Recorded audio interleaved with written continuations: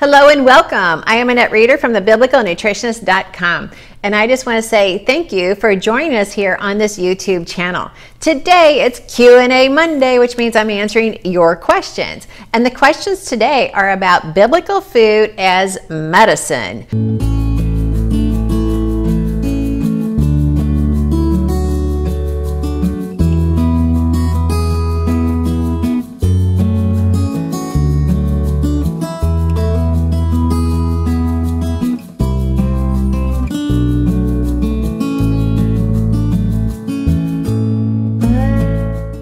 Yes, and I know this is really going to pique your interest and encourage you to make some changes, because this is what we're all about. It's about sharing God's recipe for excellent health and helping you to attain the health that God designed for you. So are you ready to get started? Well, before we do, be sure and hit the like button, the subscribe button, and the bell next to it so you get notified every time we post new videos. And especially if you're in our Facebook group, Biblical Nutrition Academy. And the key to getting into that private group is to download for free our 7 Steps to Amazing Biblical Health. That gets you into our private Facebook group. That gets you a place where you can ask your questions and we answer them here. So let's get started. Question number 1. I found you on YouTube a couple months ago and love watching the videos. Thank you. I just learned that my husband's PSA number is high. It's nearly 12. Do you have recipes for green vegetables as well as tomatoes that you can direct me to? If you have done some work in this area to help men reduce the PSA, then let me know how to find those videos as well. Many thanks and God bless you. I'm so happy to have found you. This was submitted by Liz. Liz, good for you for looking for answers for your husband's health. When our husbands are happy, we're happy. I don't care what we're used to hearing and saying. It's all about our husband's happiness. Now, to answer you very specifically and to help you with those numbers, that comes from being in the Inner Circle coaching group, because there I can actually share specific numbers, specific answers, and how to work through that problem. So here I'm going to give you more of a generalized answer. And so what I want you to do is realize the health of the prostate can be improved for all men by making sure you have EPA, DHA supplements in your diet. Those are so important. Zinc, flaxseed oil, and also saw palmetto.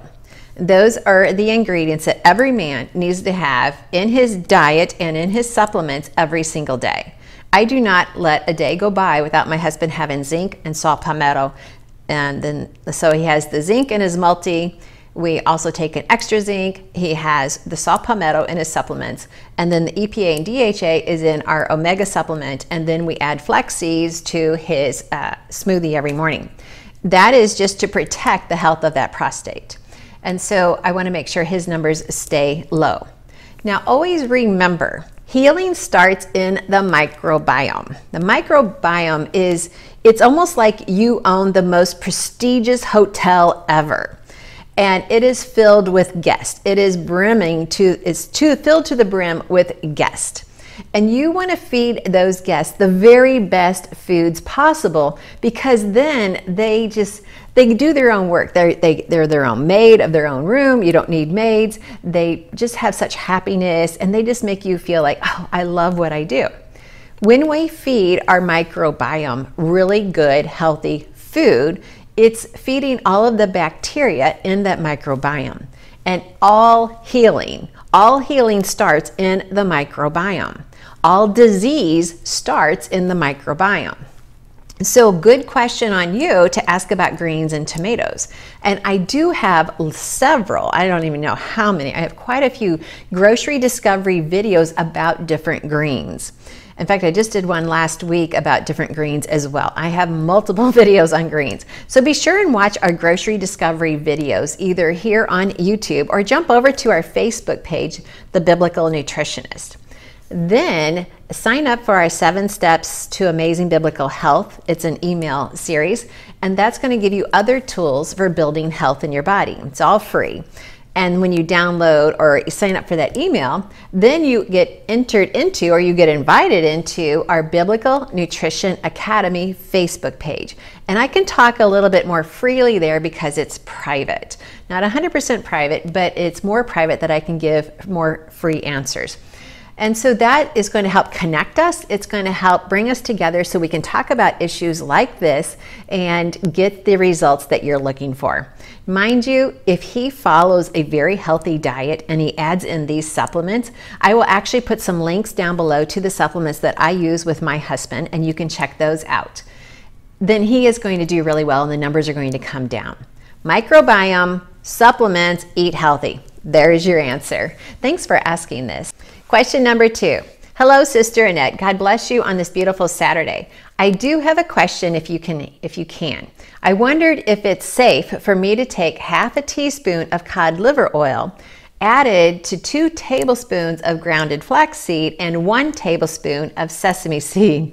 Is that okay? Is that okay to take all at once in a smoothie? And please, thank you.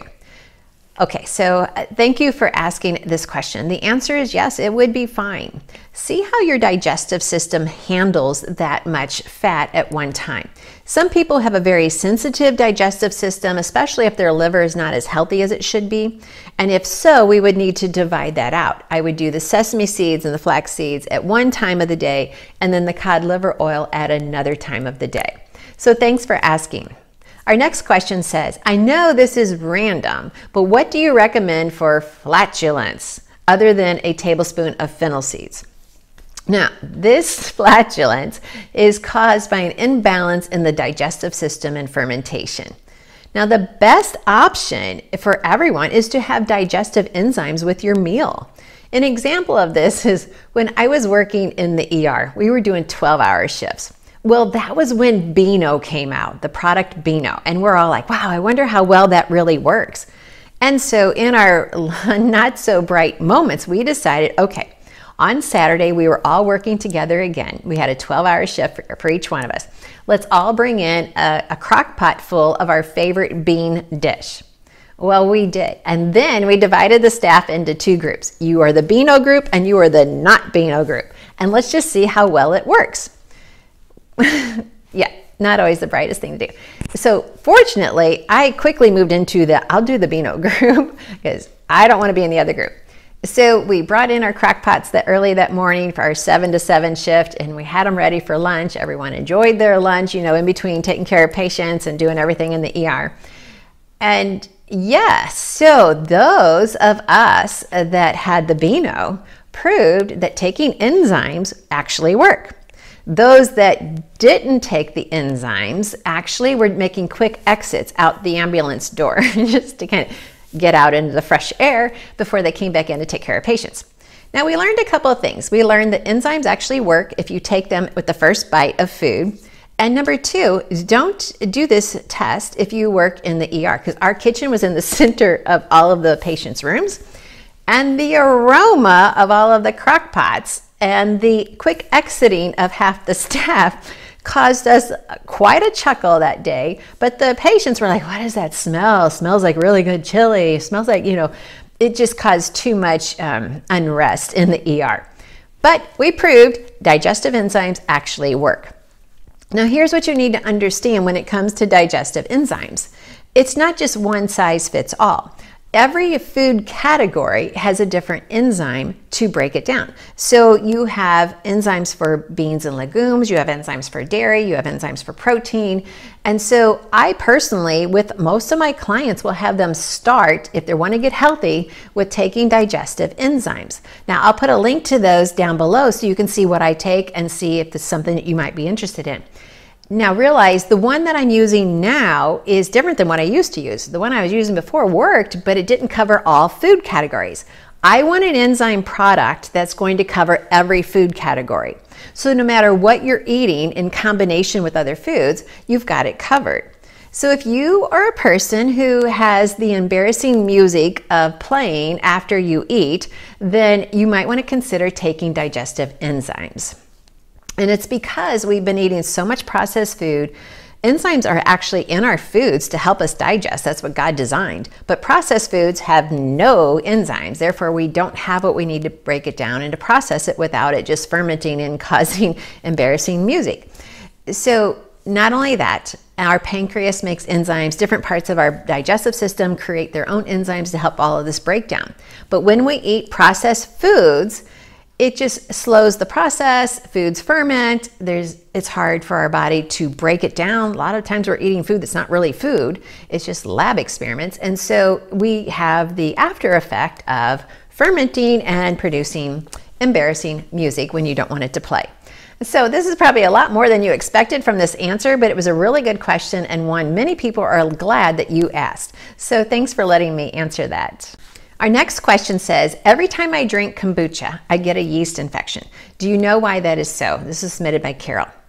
Now, I wonder if you mean you get symptoms such as itching, burning, and a rash, or are you actually getting this diagnosed as an actual yeast infection? Because there's a difference. Not all healthy foods are for everyone. That's just life. It could be the dying off of eating healthy and cleaning out that is causing these feelings or these symptoms, or it could just be something in the kombucha that you're sensitive to. Any symptom can be a food sensitivity. And just because a food or a drink is bragged about on the internet or even by me as, hey, you must drink this every day, it doesn't mean every meal, and it doesn't mean everyone gets to benefit from it. We live in a world that's been highly processed for many years, and all of us have eaten processed foods.